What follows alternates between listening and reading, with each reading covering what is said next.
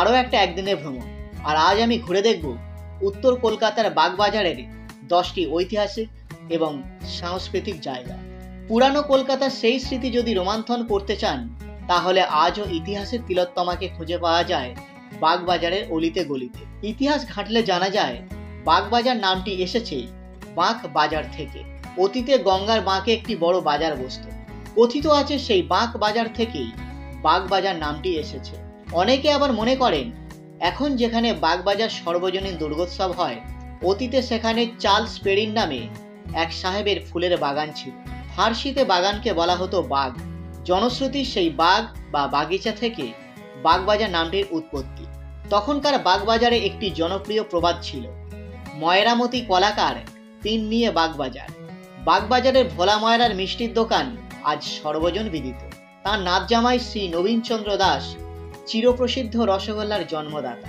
ঐতিহাসিক বাগবাজার শ্রী রামকৃষ্ণ ও সারদা মায়ের পদধূলিতেও ধন্য। স্বামী বিবেকানন্দ এখানেই প্রথম রামকৃষ্ণ মিশন প্রতিষ্ঠা করেন। প্রখ্যাত নাট্যকার গিরিশচন্দ্র ঘোষ এখানে জন্মগ্রহণ করেন।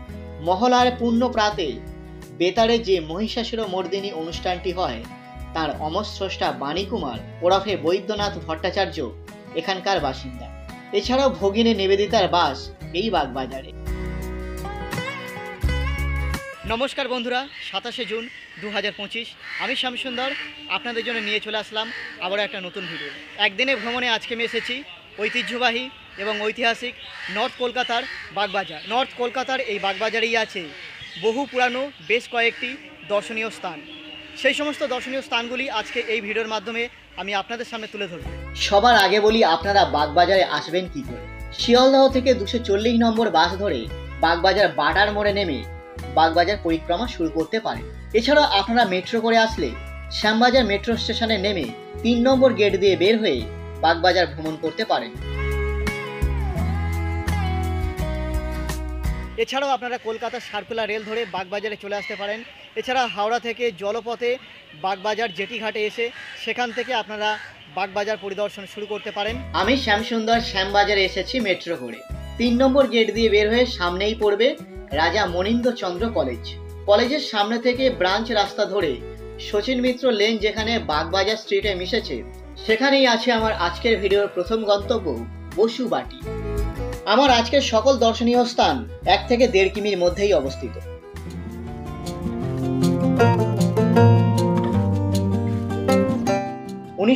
সালে 16ই অক্টোবর বঙ্গভঙ্গের প্রতিবাদে রবীন্দ্রনাথের নেতৃত্বে এই বসুবাটি থেকেই রাখি বন্ধন উৎসবের সূত্রপাত হয়।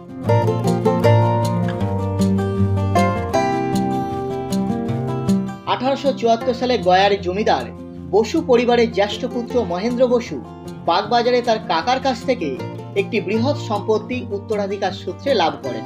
তবে অকাল মৃত্যুর কারণে মহেন্দ্রের পক্ষে সেই সম্পত্তি আর ভোগ করা হয়ে ওঠেনি। পরে তার 2 ভাই নন্দলাল বসু এবং পশুপতি বসু 19 অক্টোবর 1876 সালে এই বাড়ির ভিত্তিপ্রস্তর স্থাপন করেন।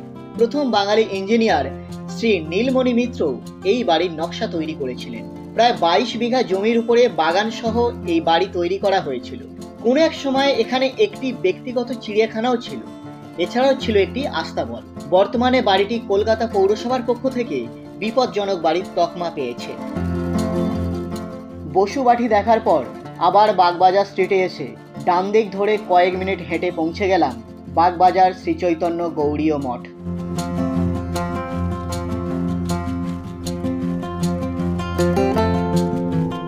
মঠের অভ্যন্তরে আছে একটি মিউজিয়াম, যা শ্রী চৈতন্য মিউজিয়াম নামে পরিচিত। এই মিউজিয়ামের প্রধান আকর্ষণ হল শ্রী চৈতন্যের হস্তাক্ষর করা এক ফালি তাল পাতা।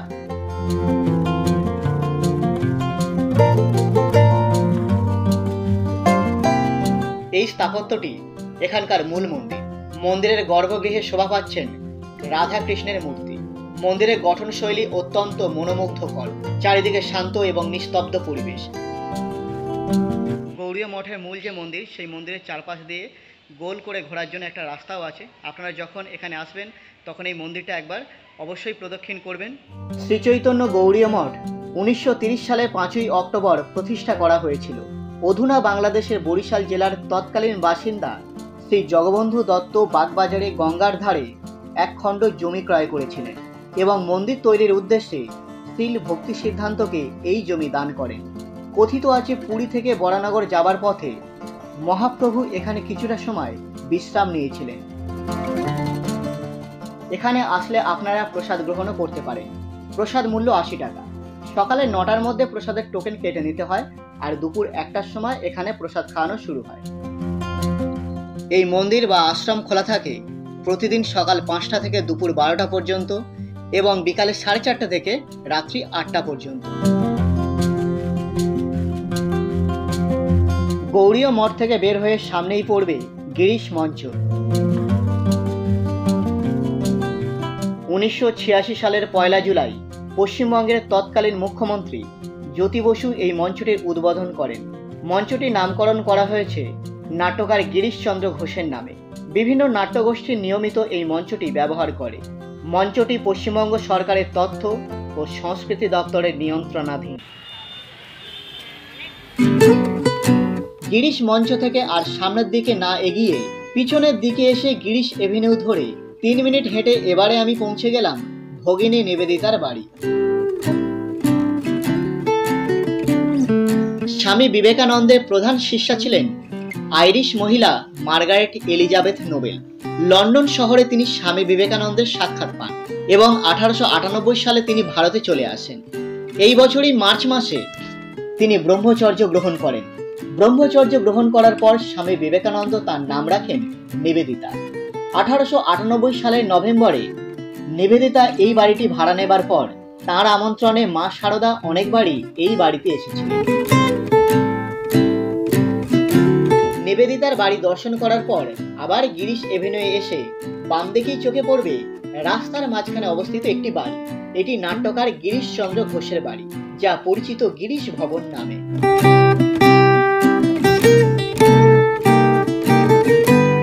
গিরিশচন্দ্র ঘোষ ছিলেন নট ও নাট্যকার। বাংলা থিয়েটারে তিনি বিপ্লব এনেছিলেন।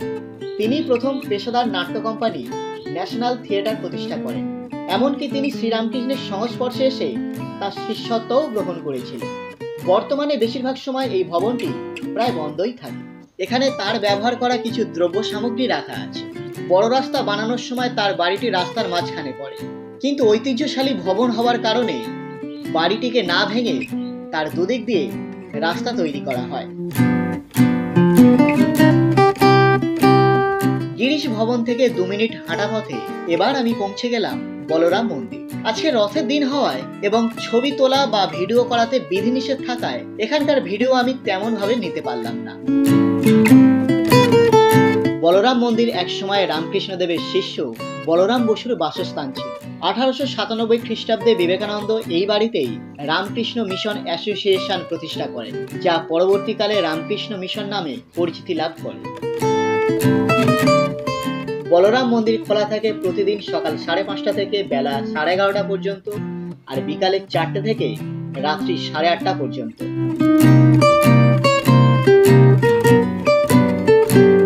বলরাম মন্দির দর্শন করে আবার গিরিশ এভিনিউ ধরে 2 মিনিট হেঁটে ধরে নিলাম রাজবল্লভ স্ট্রিট।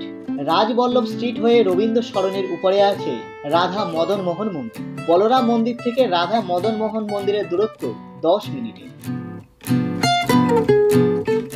বাগবাজারের চতুর্দিকে অলিগলি পথ এবং তার নামও আলাদা আলাদা। এই জন্য গুগল ম্যাপের সাহায্য নিয়ে বাগবাজার পরিদর্শন করাটাই উপযুক্ত কাজ হবে।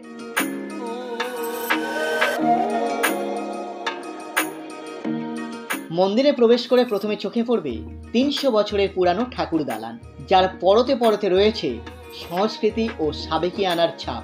মোটা মোটা স্তম্ভ, কড়িবর্গা, খিলানযুক্ত এই স্থাপত্য যেন জনপূর্ণ শহরে জনহীন হয়ে দাঁড়িয়ে আছে। রাধামোহন মন্দিরটি 1761 খ্রিস্টাব্দে হাওড়ার বালি গ্রামের লবণ ব্যবসায়ী গোকুলচন্দ্র মিত্র দ্বারা নির্মিত হয়েছিল। মন্দিরে আছে মদনমোহন ও রাধা বিগ্রহ। মদনমোহন বিগ্রহটি গোকুলচন্দ্র মিত্র বাঁকুড়ার মাল্যবংশীয় রাজা চৈতন্য সিংহের কাছ থেকে পেয়েছিলেন। বড় বড় আলোকঝাড় আর রবীন্দ্র সরণির ট্রাম লাইনের পাশে অবস্থিত দোতলা বারান্দা সঙ্গে কাঠের বিরাট বিরাট জানালা আপনাকে নিমেষে নিয়ে যাবে অতীতের সেই ফেলে আসা দিনগুলিতে। এই মন্দিরের মূল উৎসব অন্নকূট উৎসব। 520 রবীন্দ্র সরণির এই মন্দিরটি খোলা থাকে সকাল 6টা থেকে দুপুর 12টা পর্যন্ত এবং বিকালে 5টা থেকে রাত্রি 8টা পর্যন্ত। রাধা মদন মোহন মন্দির দর্শন করে আবার রবীন্দ্র সরণিতে ফিরে এসে বাম দিক ধরে 2 মিনিট হাঁটলে পড়বে ঠাকুর রামকৃষ্ণের স্মৃতি বিজারিত সিদ্ধেশ্বরী কালী মন্দির। সিদ্ধেশ্বরী কালী মন্দির কলকাতার বাগবাজারে রবীন্দ্র সরণির উপর অবস্থিত একটি প্রাচীন কালী মন্দির। অতীতে এই অঞ্চল বন জঙ্গলে ঢাকা ছিল। এখন যেখানে মন্দির তার সামনে দিয়ে বয়ে যেত হুগলি নদী। একসময় হিমালয়ে তপস্যারত কালীবর নামে এক সন্ন্যাসী স্বপ্নাদেশ পান যে দক্ষিণে সতীর অঙ্গ পড়েছে, সেই অঙ্গ খুঁজে বের করে মায়ের প্রতিষ্ঠা করতে হবে। কালীবর নদীর পাড় বরাবর হাঁটতে হাঁটতে এখানে এসে একটি বেদির উপরে কিছু ফুল ও হাড়গোড় পড়ে থাকতে দেখেন। কালীবর ভাবেন এই সেই স্থান। আসলে সেটি ছিল ডাকাতদের আস্তানা। তিনি হোগলা পাতার একটি কুটির তৈরি করে তপস্যা শুরু করেন এবং সিদ্ধি লাভ করেন। মা তাকে মন্দিরের এই মূর্তিতে দেখা দেন। কালীবর সিদ্ধি লাভ করে, তাই মায়ের নাম হয় সিদ্ধেশ্বরী। মা তাকে বলেন সতীর অঙ্গ পেতে তাকে আরও দক্ষিণে যেতে হবে। মা তাকে যে মূর্তিতে দেখা দিয়েছিলেন তিনি সেই মূর্তি প্রতিষ্ঠা করলেন। তারপর দেবী মূর্তির ভার 2 কাপালিকের হাতে সমর্পণ করে মায়ের আদেশে আরও দক্ষিণে রওনা দিলেন। প্রথমে মন্দিরটি ছিল হোগলা পাতার। অনেক পরে কুমোরটুলির গোবিন্দ মিত্রের পরিবার বর্তমান এই মন্দিরটি তৈরি করে দেন। স্বয়ং ঠাকুর রামকৃষ্ণ এই মন্দিরে আসতেন। একবার কেশবচন্দ্র সেন গুরুতর অসুস্থ হয়ে পড়লে ঠাকুর সিদ্ধেশ্বরী মায়ের কাছে ডাব চিনি দিয়ে মানত করেছিলেন। নট ও নাট্যকার গিরিশচন্দ্র ঘোষও এই মন্দিরে আসতেন। তিনি নাটক রচনা করে খসড়াটি প্রথমে মায়ের পায়ে ছুঁয়ে নাটকের মহড়া শুরু করতেন। তিনি আদর করে এই মাকে উত্তর কলকাতার গিন্নিমা বলে ডাকতেন।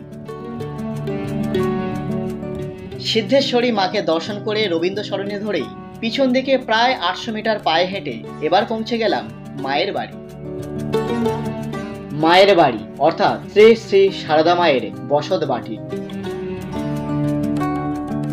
1909 সাল থেকে 1920 সাল দীর্ঘ 11 বছর তিনি এই বাড়িতেই বসবাস করেছিলেন। এই বাড়ির দ্বিতীয় তলে মায়ের শয়ন কক্ষ ছিল।